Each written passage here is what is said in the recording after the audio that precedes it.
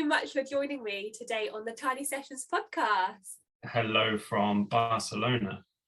I love it. Love that you're in Barcelona. For anyone who hasn't heard of you and your space, can you just tell me a little bit about you and your background? Yeah, sure. So in a nutshell, I was traveling in the States a long time ago, like over 15 years ago now, as a professional kiteboarder. Nice. And I was flown from the UK by sponsors out to the USA, and we were traveling around in a big tour bus. So it's like a full 40-foot RV with bedrooms and kitchen and all this stuff. And that was kind of like my intro to life on the road, let's call it. So it's not really van life, it's like an apartment with wheels, really. And that was really like an introduction to see what people do. And I was like 16, 17 at the time. So all of a sudden there's people doing things like living out of vans, using cars for camping, like all this stuff that from back in the UK, like I'd never seen before. We didn't even have driving licenses then. I was still at school basically. So that was kind of the intro to like seeing what's going on, what we would probably call van life today. Look, fast forward 15 plus years now. I'm the editor of a adventure van life magazine called Advanture Magazine that I publish from my home in Barcelona. But we also have a van of our own that we use to travel around Europe. Not so much for living in, it's like extended trips, it's projects. So a little bit different to what I think a lot of like your guests are doing. But on the other side, we're using it to go and explore new places like mountains, beaches. As wild as we can find. Europe's not the most remote of places. Especially if you've been in America as well. There's so much more vast. Like I went to a lot of national parks out there, which was it's phenomenal. I remember being taken to the Grand Canyon, and basically it's just so big when you stand like up on one of the ridges and you look down into this. It's just too big to even comprehend. Like that's my memory of the Grand Canyon, for example. But out in the States, like I haven't been back since those times. Like I was there for about 3 years in and out of the States. Got to see a lot of it too. But it's huge out there. But then coming back to Europe, we have all that. It's just on a small scale, basically. That's it. It's all there, just like you say, on a smaller scale. That's so cool. Amazing that you were a kite surfer as well. Like that's so cool, and to do that so young as well. What a like life to do that at that age as well. It's amazing. It's really cool. I bet you've got some amazing memories of that. I've got a hard drive. I mean, I've got stacks of hard drives here from over the years, but I've got one that's like I think about 3 or 4 years of my kiteboarding history in it that I haven't plugged in now for like way over 10 years. And my partner, my girlfriend, now fiance, she's never seen it. So one day we're going to have to plug it in and see what's buried in the depths. That'd be amazing. You might have to hide. That's it. Some embarrassing haircuts and stuff like that. That's it. I love it. Oh, it's amazing. For people who are listening, could you just give us an idea of like the layout of your space that you've got in your van for your little adventures that you go on? Yeah, sure. So it is a T5, Volkswagen T5. And I've been through numerous vans. This is our latest one now. I bought it as a empty van.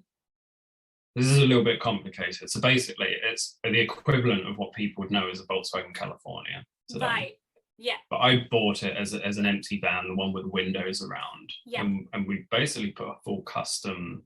We just customized the whole thing because we have the options to. In Spain, there's a little bit of technicalities when it comes to doing DIY projects. You're nowhere near as flexible as what you can do in the UK, for example, or even in the States. Everything needs to be signed off officially by like an engineer, the equivalent of what the MOT board is in the UK. But, So yeah, really you have to be quite careful on what you can do and where you can do it. A lot of the work you can't do yourself. So anyway, we sourced a really nice condition T5 that was an import from Germany, really perfect condition. We put in a kitchen, the full original kitchen from Volkswagen we sourced.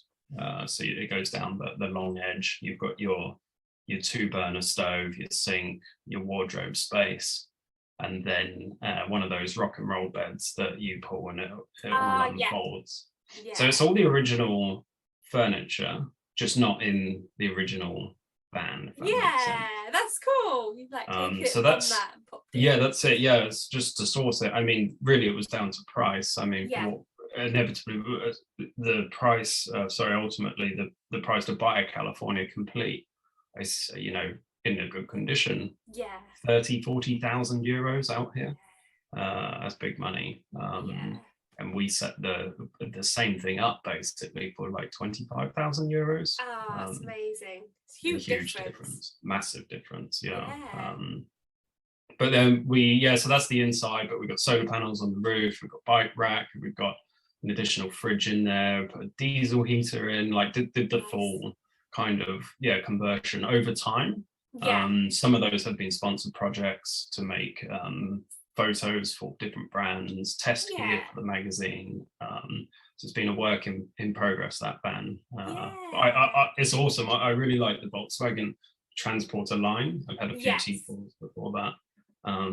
It's just right for what we needed up until now, until basically our baby arrived. And I think it's got small all of a sudden. Oh yeah, I bet it does. And I guess it's good that the way you use it is for those trips and those weekend trips or those sort of exploring and things like that. So that's really handy. But like you say, now that you've got a beautiful addition to the family, it's like working out what way round to do it now, I guess.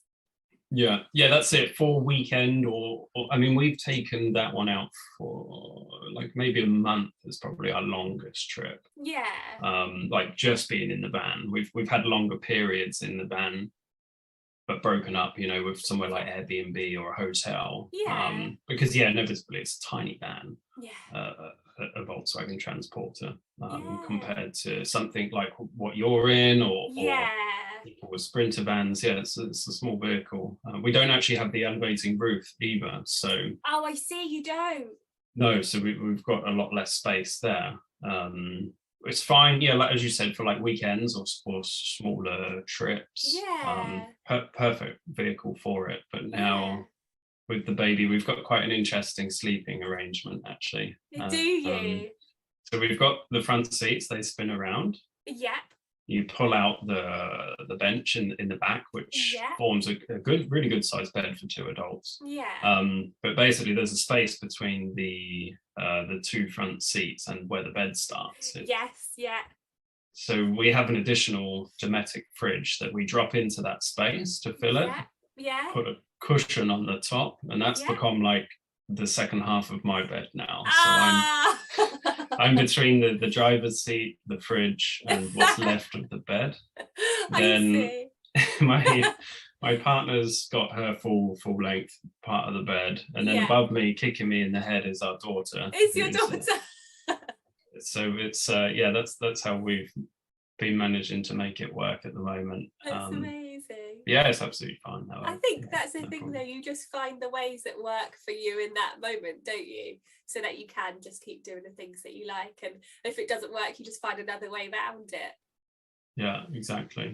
No, it's been awesome. I mean, that we have going into having a child, we were like, it's absolutely, we're taking her out on the road like as soon as we can. She was 12 days old the first time we managed to take her out of the city here. Lovely. It's this really nice mountain spot close by called Montserrat.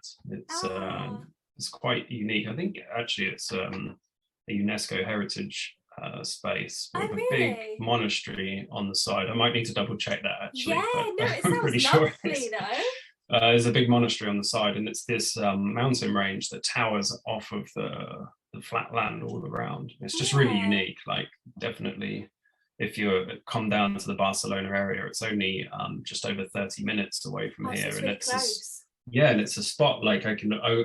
So from my view, actually, from my apartment, that we've got a set of hills on the back of the city. If those hills weren't there, you could see it. It's that Yes. close. Yeah. Anybody coming to Barcelona needs to check that space out, and I think it's quite unknown to the foreign tourist. Yes. Yeah. It sounds it's a like it, quality spot. which is what makes it really nice, I think. I always think it's nice not seeing the tourist spots when you go and visit a new place. Yeah, definitely. It's lovely. And That's so cool. So your baby daughter was 12 days old when you went on your first trip. Did you have any conversations with each other like beforehand of like, was it straight away like, we are taking her straight out as soon as we can, or did you have like conversations about it? Just thinking like some people can be really wary of what to do or how they cope, or do you just go straight into it and just see how it goes? Yeah, we were like I said, we were sure she was coming on the road with us as soon as we could. Like, we love Barcelona, but like we're not here for the city. I mean, we arrived here a few years ago for work, so we're not like we're not like gelled with this place. It's just worked out for us for what we've been doing. So every chance that we do get with the van, we're out exploring the mountains, the beaches. So yeah, with the arrival of the baby, it was just at the end of August as well, so it was still summertime. Wow. We wanted to get back to the beach, so yeah, it was just not even a consideration. She was just going to hop in the back with us and hit the road basically. Nice. I love it. Absolutely love it. And do you find that you now need a bigger space? Have you started having conversations of getting a bigger space, or are you going to stick with what you've got? Yeah, I think we do need to, for sure. Like, obviously when she grows up, just to have somewhere that's more set up for her to have a place to sleep. We're looking at maybe getting an elevating roof in the short term. That makes sense. Just to add on those two extra places for people to sleep. We're looking at actually being on the road quite a bit this year for activations for the magazine. Oh, cool. So we're thinking of basically the reality of using the van for travel, a place to really work on the magazine as well. And also a place where we've got to actually like eat, sleep, and survive with one another. Not go crazy at each other. You were saying that your work, like you guys sort of went to Barcelona because of work. I'd love to know how you guys met. Did you guys meet in the UK? No, that's a big old story there. No, so I was at university. Cool. So I'd finished my career up in kiteboarding. Went back to the UK I've been working in media in kiteboarding as well. So actually it's a complete big old journey, this story. So in kiteboarding, I was actually working a lot with sponsors and magazines, producing material to go back into the magazines. This was all pre-social media as well. I think Facebook launched as I was coming out of the kiteboarding kind of scene. So I was doing a lot of work, a lot of reports for magazines, and I had something in print somewhere in the world every single month for about 3 years. Wow, that's amazing. I was working really heavy on that. Ended that, and then I went back to the UK, kind of figuring out what I was going to do next. And really went to study media just to see, I had all this actual practical experience, but didn't know how that was going to apply to a non-sports world, basically. That was kind of what I was encouraged to think. Went to uni. Anyway, I started working on a project for my final year thesis, which was a documentary film, and I chose to produce something about coral reefs and the impacts on those due to global warming in the Maldives. Oh, wow. And the Maldives, the reason why Maldives is because it's the lowest lying island country in the world. I see. I think the average height above sea level there is about 1.5 meters maximum. So really? It's it's basically ground zero for the idea of climate change and if the waters rise. Anyway, so how did we meet? I went there to film in my third year of uni. Yeah. And my partner, she was there with, she had an NGO at the time, working with a local NGO on a turtle conservation program. Oh, I see, yeah. And basically this, yeah, I mean, somehow we ended up on the same island. Oh, wow. In the middle of the ocean, and that's kind of where we met. That was just over 10 years ago now. That's amazing. So she's from Germany actually, and then we hung out a lot there, doing projects. It was great, you know. We were on speedboats and seaplanes, and yeah, it's just trying to make a film and do some projects. It was quite crazy actually. That's a cool crazy. Yeah, it was really good fun. There was lots of underwater photography and filming on that, so yeah, that was also a really good time. And then yeah, I mean, we come back to Europe. I went to the UK. I had to go and finish my degree. She went back to Germany, and about 6 months later we packed our bags and went back to the Maldives with a one-way ticket to continue our projects. And that was 10 years ago now, and we never went back. Oh, that's so interesting. Oh, I love that. It's really interesting.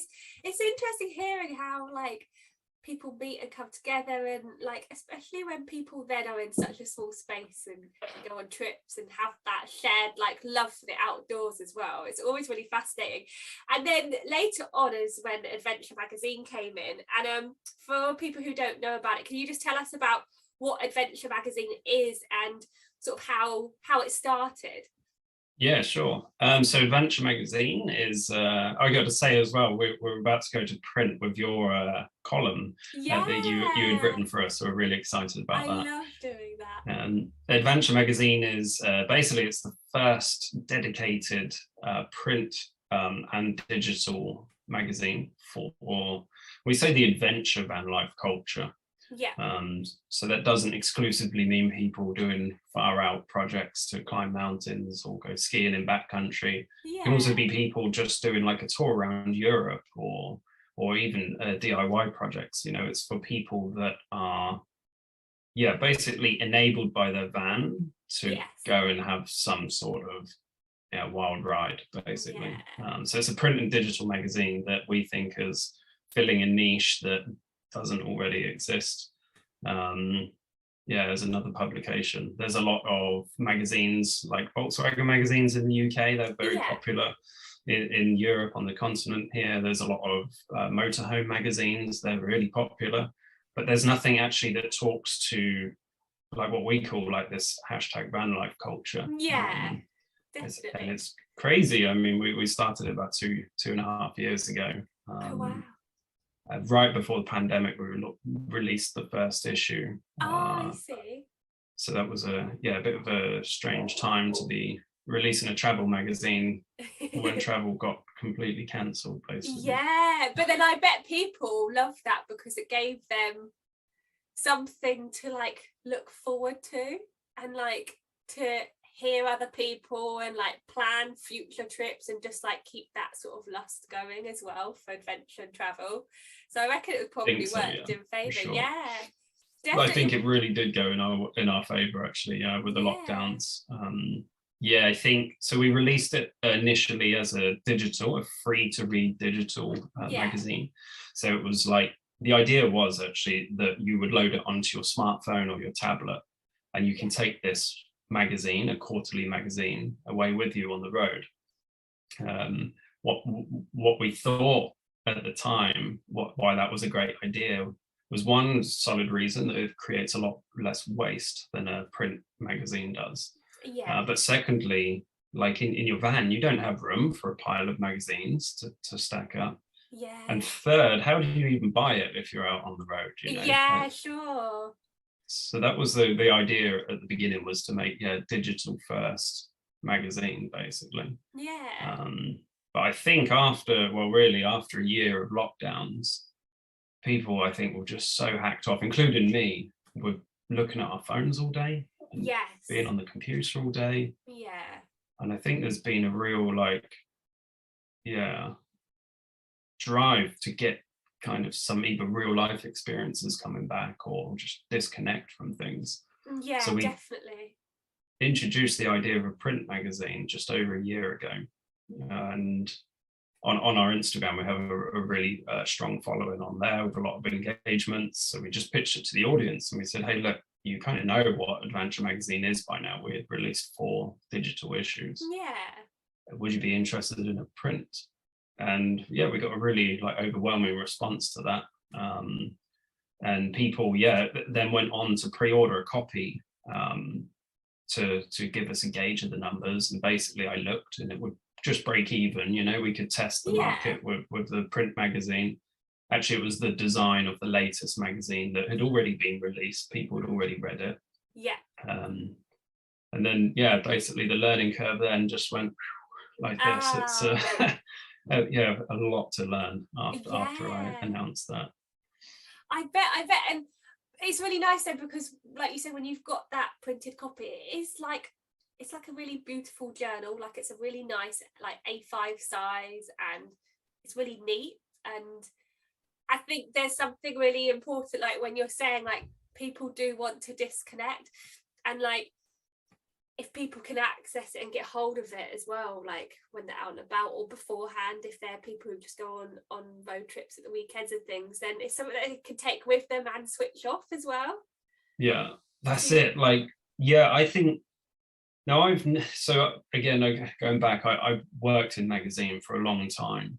A long time ago, sorry, in kiteboarding, and I love to have that copy of the magazine. I mean, whether I was in the page or not, I knew I could look in there, see friends doing things. Like it was quite a small community at the time, the kiteboarding scene. That was like 2006 to 2009 was when I was like solidly in it. So it was the smallest scene. And it reminds me a lot of kind of where we're at with the whole like van life place at the moment as well. There's a lot of people that know each other, and we are talking to each other as well, and it's fun to see what people are doing.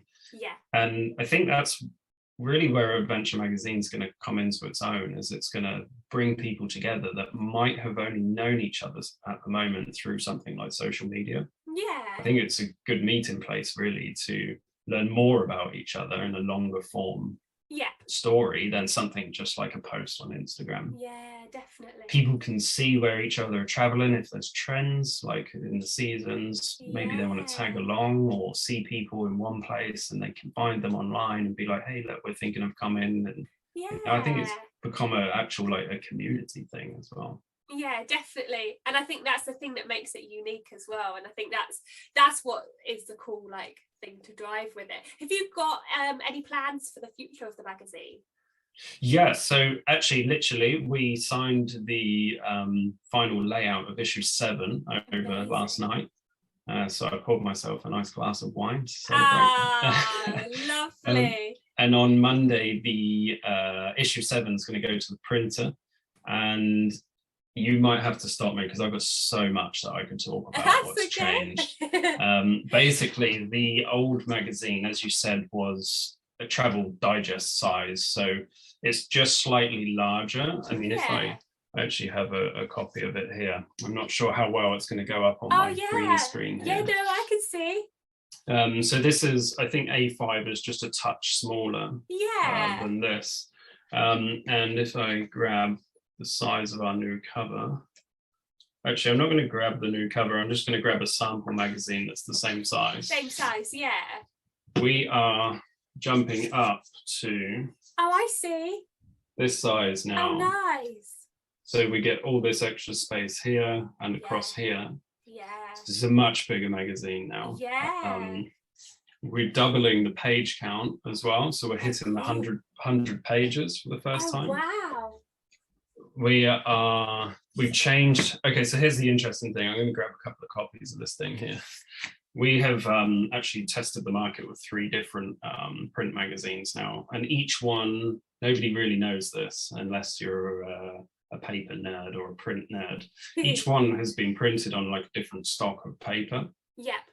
So the first one that we introduced last year, this was the test copy I mentioned, that was printed on like an uncoated paper. So it's like yeah, you can feel the texture of the paper. It's not shiny. Yeah, if you know what I mean. No, I know what you mean. And then we've gone through the other editions and tested different thicknesses of paper, different finishes on the paper, and that all changes the way that, like, when the ink hits the page, like how fast it bleeds through or how quick it dries, or each one's just slightly different. Like, even in your hands, a thinner paper weight. So actually the last issue 6, was the thinnest paper we've tested. And it feels nice, but then it starts to go towards where we don't want to be, which is like a glossy high street magazine. You know, we want to be like on that coffee table book of magazines. So yeah, we've finally selected the paper that we're going to go for, which is a really premium uncoated uncoated paper that actually, again, on my sample here, this isn't the magazine, this is actually a football magazine as a sample. I see, but it's got that look, isn't it? Yeah, it's the same paper. This is from our printer that we've signed with. It's the same everything that we're going for, basically. And it just flicks really nicely.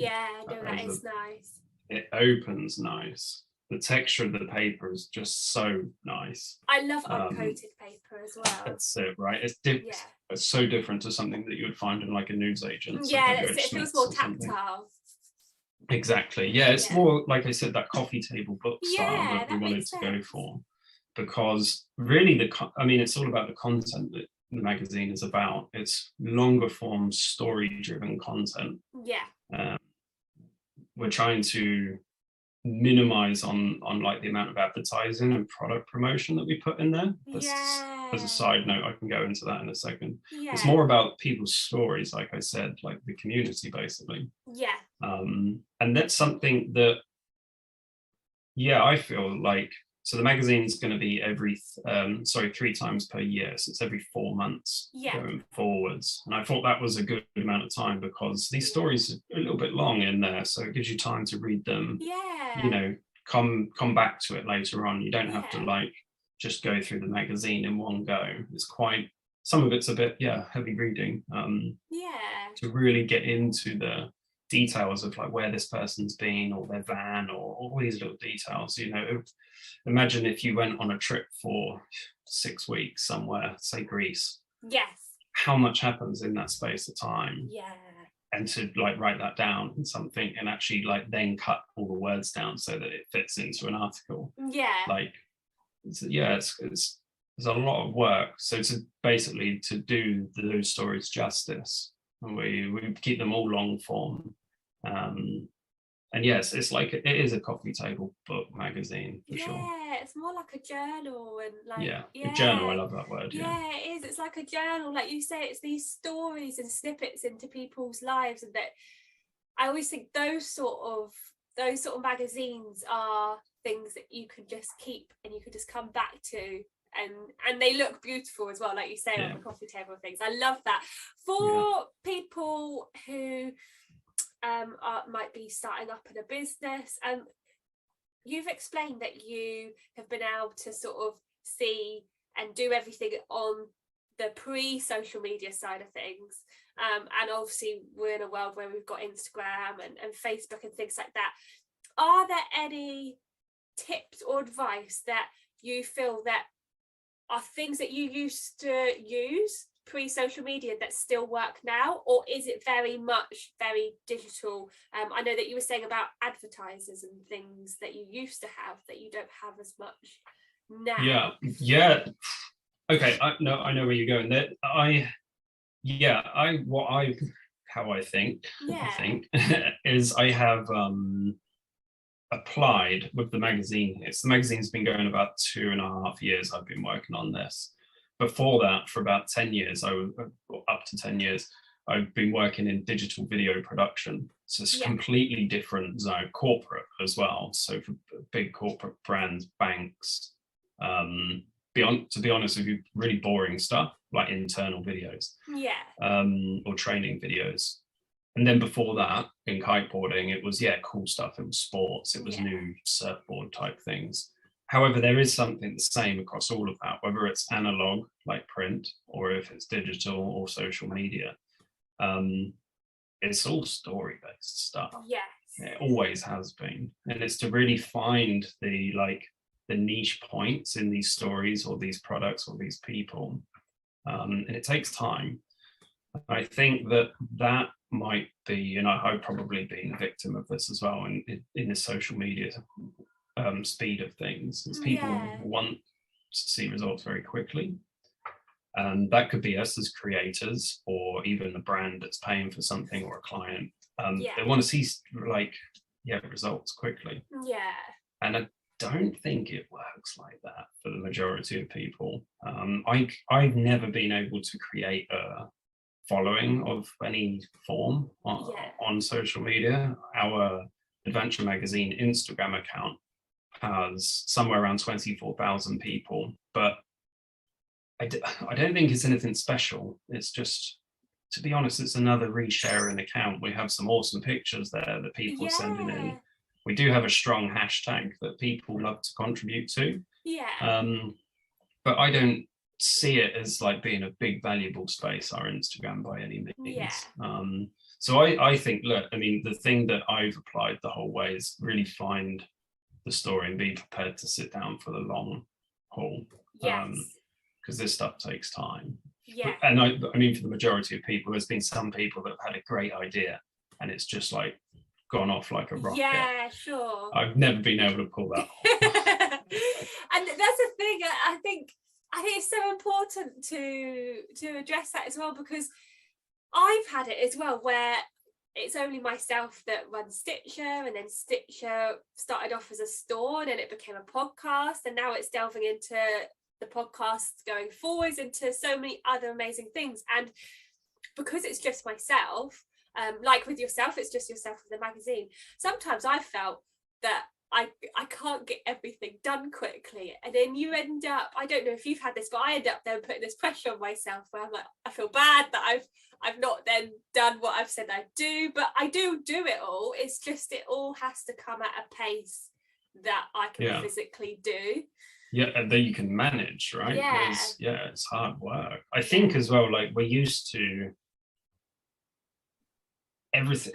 We know, again, you'll have an idea of where you want to be and what you can actually like achieve, like your quality of your work and how much you put out and speed.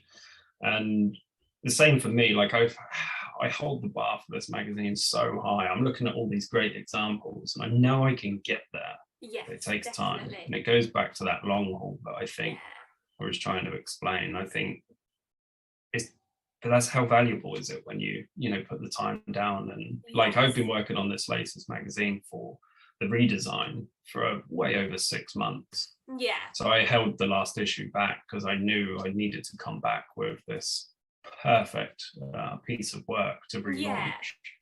But I mean, how valuable is that, rather than just doing something and just uploading it and only being marginally happy with it? Exactly. I'm not that person. I don't think you are either. No, but it's overwhelming for sure. Like, it's hard work. Yeah, that's it. And I think it goes back to that, like you say, it's the majority of people. You don't always see it. It's that thing with Instagram, you don't always see it. You see things come up and you think, oh my gosh, they're like doing this so fast, but really there's so much time that's gone before that. And so it's a great reminder, I think, for people or who are starting out in business or just in general as well, to have that pressure on you. I always like to ask the community and invite them to ask yourself a question. Okay. And the question that they've asked you is, how do I start working with brands without social media? Oh, that is a good question. Without social media. Okay, let's specify a little bit. Do you mean the brand doesn't have social media, or the person, the creator, doesn't have this social media? Yeah. So I think there's two. Yeah, no, I know what you mean. So it would be I guess the way that they're asking is that if you went to approach people and you weren't going down the route of Instagram, so more so that old school route, like, does it work going that way? Okay. Or do you go with the Instagram route and create something where you say, right, I want to work with yourself? Because I guess that's where everything's going now. It is all social media, isn't it? Okay, yes, it is. But I was sent a video when, so when my partner and I, we co-founded the Advanture Magazine. Yeah. So that was just over 2.5 years ago when we thought, let's do it. You know, we had some savings. Again, this goes back to the long haul. Like, this cost a lot of money to float this whole thing for 2.5 years. So that's worth, maybe going into in a minute or another time is the cost of setting this up. But at that time, we discovered the name, we made the websites, we registered everything. And we were starting fresh. Like I said, I'd never had a social media of my own, following of my own. I was coming out of corporate work. So like none of my connections were relevant for where I wanted to go with the magazine. So we were starting fresh. So if that helps for the understanding of this, we had to think, okay, if we're going to create a magazine, is it, and we thought it was going to survive in the digital space, is how are we going to like utilize something like Instagram to basically help the growth or help develop the magazine in that way. And I was sent a video by a friend back then that basically was about there's like a fiesta going off outside my window. That's right. I thought, oh, is it a ringtone? Can you hear that? Yeah, they're having a party, I think. I'm not sure. It is Saturday in Barcelona, so it's not a surprise. Oh, I love that. It's lovely. We've got some background music. Yeah, he sent me a video, and basically it was all about owning your own audience outside of social media. Now that's the key point right there. As soon as I saw that video, which was talking about we're building all these communities on the Facebook platform, essentially, or Twitter or somewhere like this, that if for whatever reason, if they put a paywall up or just restrictions to those audiences that we're building, that's going to put a massive roadblock in the way of small businesses or any businesses of any size accessing the audience. There was an emphasis on creating your own community. Now, this is going back to the magazine. Is social media the place where it is at the moment? Yes, it's very important for everybody, but is it always going to be Instagram and Facebook? I definitely don't think so. No. So this video is talking about the importance of building a community as a new business or a small business or an entrepreneur in general. Is thinking of how you can build a community away from social media. I see. And that's what we did, is we sat down and we looked at, okay, the first thing we need to do is think of how it can coexist with social media, because in our van life space, YouTube, Instagram are the places where people are sharing great content, seeing what people are up to, getting inspiration for builds, and just generally hanging out online. So we knew that we needed to work with something like social media to get into the community. But then the importance was on actually growing our own community away from that, because if the access to that community that we grow on social media gets barred at any point in time, we put all that work in and it might just become too expensive to access, for example. So I would say anybody considering, do they need to, like, going back to the question, wanting to work with brands, is social media super important, but can they then niche themselves and start to build a community around whatever it is they're doing? For example, you, Nicole, with your podcasts, as you're growing this, you might be you'll be promoting it on your Instagram. I see you've got the YouTube there, or on Facebook, wherever it is. But you're actually growing something outside of the social media space. And I think that is the key really for like moving forwards. But then balancing it, because look, if you want the money from this brand to grow your community that's not on social media, you've got to find out how, you can kind of connect all the dots there, because the brand want exposure on a place or in a place like social media where they're going to get maximum amount of exposure, whereas your podcast platform, my magazine, it's not fully up to speed yet. The community is not as big as it can be, so they're much smaller places. So there's like a conflict of value for them there, a sponsor, that you have to kind of convey the value to. And that's what we did with the magazine. Is like we've worked endlessly talking to brands to be like, look, we're creating something real life offline here. It's now a print magazine. It's got nothing to do with social media. But it's small numbers for sure. We're only looking to build a small circulation magazine, going back to that initial point I made about not wanting to create a lot of waste. We're just looking for true fans that want to have that print magazine experience, and that's our niche. And we're building that community offline away from social media. So I don't know if that's a very long-winded explanation. No, it's perfect. It's packed full of so many tips. It's a really, really helpful answer. And I think when you say that you've chosen not to put advertising as much into this new magazine, does that, because sometimes people feel like if they're advertising, whether it was a magazine or a website or a blog or anything like that, they worry, how do they get an income from funding everything?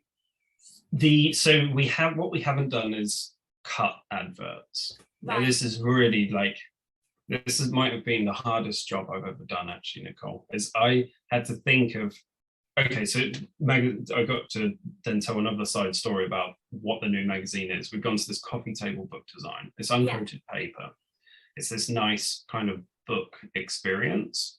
Now, when you look at a coffee table book, you don't expect adverts in there. No. And if you kind of do, I don't know how my reaction would be if I paid for a book. It's on really nice paper. It's a great experience. And there with my coffee, I'm relaxed. And then I get like a glossy advert in the middle. That's it. I'm going to feel quite offended.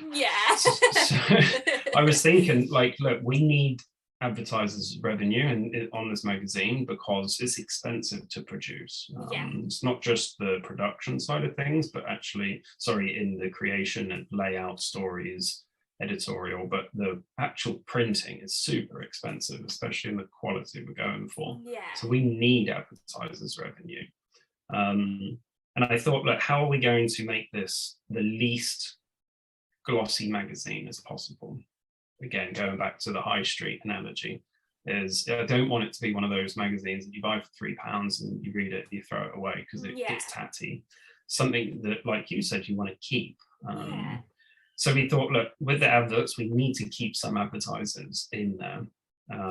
So how are we going to do this? So we come to the conclusion that we would pitch to them and say, look, we're going to cap it at 5 or 6 maximum. So it's not like your normal mag where in the back, the page is broken down into like eighths, and then you've got all these tiny little tiny. Oh,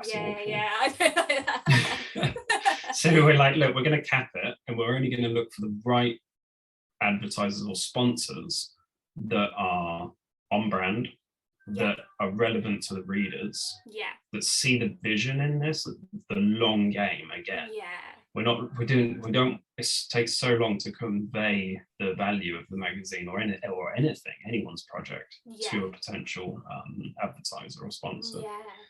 So we want the right ones that are looking at a long-term partnership that can see the value, and we're going to do everything we can to promote them in a very tasteful way. So what we come to the conclusion of is we stopped offering. Can you still hear the music? I think they just turned the volume up. It's lovely. So a normal magazine, what they do is they charge different rates. So for the example, the first half of the magazine is a lot more expensive than the second half of the magazine. The right-hand side page is more expensive in general than a left-hand side page. I see. The way people flick through magazines, and that's the exposure side. Exactly. And then sizes of adverts. A double page is more expensive than a full page, and that's more expensive than a half page. And there's so many different options. And we were trying to offer these at the beginning, and it was just a lot of work to just get this going, and it was just too much. So look, how did we make this tasteful for the new magazine? Is we said to everybody, look, we're capping this at 5 or 6 sponsors. we need yearly deals, because this is a lot of conversation we're having on like a bi-monthly basis, basically. Yeah, definitely. So we're going to give all of you a double page advert. So immediately the value for the brand was like, oh, we might have been paying for a half page before, but now we get a double page. This is awesome. We're putting all of those adverts in the center pages of the magazine. So now there's no preference from front to back. Yeah. So that puts them all on an even line. So that means the guy with less budget feels, as important as those that have got a massive budget. So we can put them all on the same plane, basically. Yeah. Make them all feel important. Yeah. And then what we've gone for, the biggest change, is we said we will no longer accept your standard adverts that we're seeing in all the other magazines that you advertise in. Yes. Because as a reader, you're going to get to that advert and you're like, oh, I've seen that, and I'm turning the page. Yeah. You're never going to look at it, right? No, that's right. So what we've gone for is a very simple design. On one side of the page, they get a flat lay kind of studio style image on a white background. So if it's a product like a pair of sunglasses, it's literally just on a white wall. Some of the products are a bit more technical, like a diesel heater. Yeah. So that's a bit different. We're playing with what we can do with that. You get one picture on one side, and then on the other side you get a small space, 250 to 300 words, and now you, the brand, have to tell us, the reader, some story, some background information, something unique to your story, so that you become part of the story-driven content in Advanture Magazine. Sure. It's not an advert, no, it is an advert, but it's not just that glossy, here's our new product. No, that's it. We're going to learn something about them. Way more to it. And we really hope that people will come to enjoy these center pages to learn something about all the brands that we love. And know. But again, instead of seeing that one picture on Instagram, we're actually learning more. It's diving a bit deeper into the brand, like even if it's their brand story as well. That's such a good way as well, because that's what brands need to get out. And there aren't ways to advertise in that way. So it's really, really unique. And I think really nice that everyone can have that opportunity as well, no matter if you're small or bigger brand as well. I love that. Oh, I'm so glad I found that out. A lot of work and a lot of convincing, but finally, our chosen sponsors agreed. We got a lot of, okay, Alex, that's not on brand for us, but we love what you're doing. Let's try it. Sure. So hopefully that will people will read it. So please read the adverts. Oh, definitely. Well, I can only speak for myself, but if I am seeing adverts that tell me about that brand, I'm going to read it. If I see an advert and it's just telling me the item and the price, I just click through, because it's what you see all the time. You can go online and find that information out. And most people are going to go and look for on Amazon, if it exists on Amazon, look for the good price. That's it. It's just changed. I think we've all changed and evolved and grown how we shop and things, especially during the pandemic. I mean, all our habits have changed. So the magazine coming out of the back end of this pandemic, I wanted to change it up. I wanted to do something new. And again, it's to grow and build a new experience outside of social media that people just in van life don't have access to yet. Definitely. Oh, I love that. Thank you so much for sharing that with us. I always like to ask a question at the end of each episode, and that's a sustainability question. And the question is, what do you wish that you or we had more of sustainability wise? Good question. I would probably say energy. The technology is here.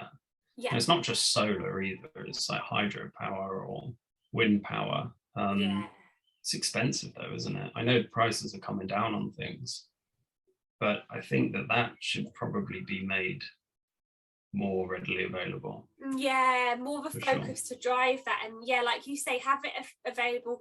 If there's more of it, then the price would come down if more people using it. if you don't have everything else available, then you would just use that as well, wouldn't you? Yeah, 100%. Like here in Spain, I mean, it's good actually. I mean, Spain's a very good example because now, you know, rooftops, I'm looking across the city here and there are solar panels everywhere. I mean, why not? It's the right place to do this. Yeah, but definitely. it could be way more. I mean, England is not the best place to stick up solar panels, but there's huge areas in Europe that you could, or other places. I mean, even in England, as long as it's actually facing the sun in like an optimal position, you're still getting the exposure. Yeah, definitely. Yeah, I mean, in my van, I've got all bars green at the moment, and it's trying to rain outside. Oh, really? So, yeah, it's a bit of rain. I'm sure it's in sunny Barcelona, but yeah, no, it's cloudy, so it does work. Same question back to you. What would you like to see more of? Oh, sustainability wise, it's funny. Whenever I ask people, they always pause because it's quite a big question, and I think for me, I get frustrated that everything that we have out there that you can purchase that isn't great is there, and I think if you stripped that away and those brands just created an alternative, because you can create an alternative for all these things, if those brands created an alternative and you don't have the choice of the bad option and the good option, you would just go for this one option. So I think that is what, for me, like, it frustrates me, and I think that is the way that you could literally eliminate so many problems if each brand worked together to do that. I agree. I mean, even we see a lot of products here now with the magazine. We get sent a lot from brands, get to test things. And last year we did a big cool box and fridge buyer's guide. So it's not to say which one's best or worse or what one you should buy. It's just to give the reader an overview of what it's all about. Someone new coming in that doesn't know how to plug in a 12-volt fridge into their system. That's the type of thing for a buyer's guide. Anyway, in there, we got sent brand name products that, you know, they don't even hold ice, but you pay a premium. Sorry, that's wrong. They do hold ice, obviously, but nowhere near for as long as what they should be or what they're claiming to be. That test in particular, where we're doing here in the Spanish desert, where it's red hot.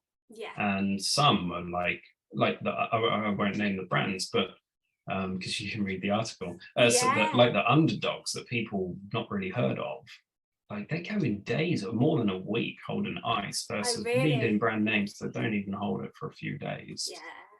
And that there, I think, going back to your point, is like, those products, they're junk basically.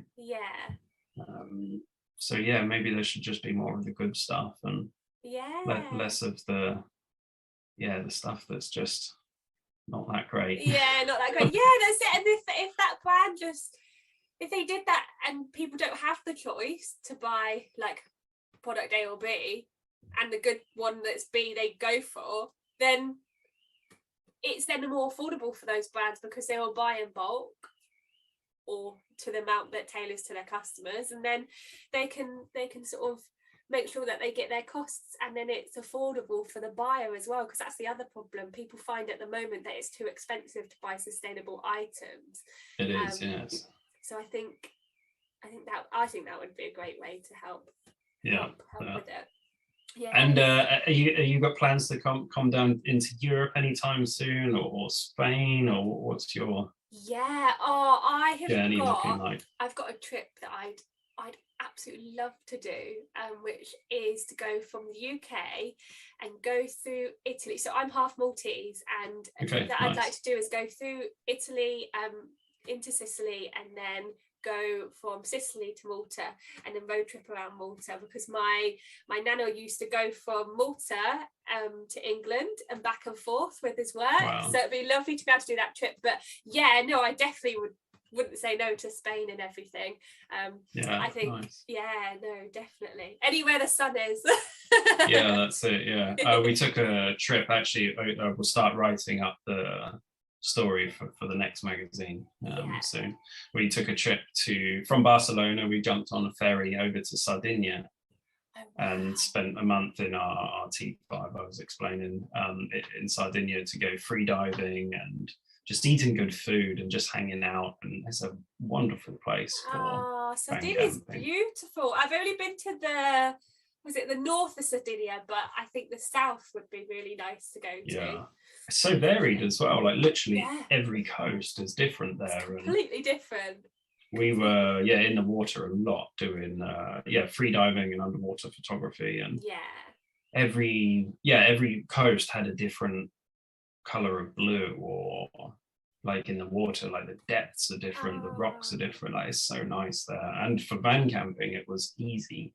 Like when did we go? It was in I think September, towards the end of September, into October I think it was, and so it was the end of the season. The bulk of the tourists had gone home, and there was so much space there, and no problems for parking. Like obviously keep things respectful, clean, no problems at all. It was just a really nice, awesome experience actually. That's so interesting, because I think people don't always think of Sardinia, especially with van life as well. That's really, really cool. For anyone to find out more about you guys and your Adventure Magazine, is it Instagram that we can go to come and find you? Yeah, I mean, Instagram's a good starting point, because we are trying to show more about the magazine. To be honest, we're very strapped. There's only a couple of people working on this magazine at the moment, so it's just a lot of work. But look, Instagram's a great place to start with. It's easy to find. We have a link tree on there, and then that will connect you out to the rest of the platform. We have our digital publisher, where we publish the digital magazines, is linked on there, so you can find those super easy. Issues 1 through 5 are free to view. Cool. So you get a taster of what the magazine is about. But the whole art direction has changed now of the mags, so they're just like a teaser. Maybe we'll have to hide those soon, because they're like prototypes compared to the new magazine. To the new one, that makes sense. That does make sense. Alex, thank you so much for joining me today on the Tiny Sessions podcast.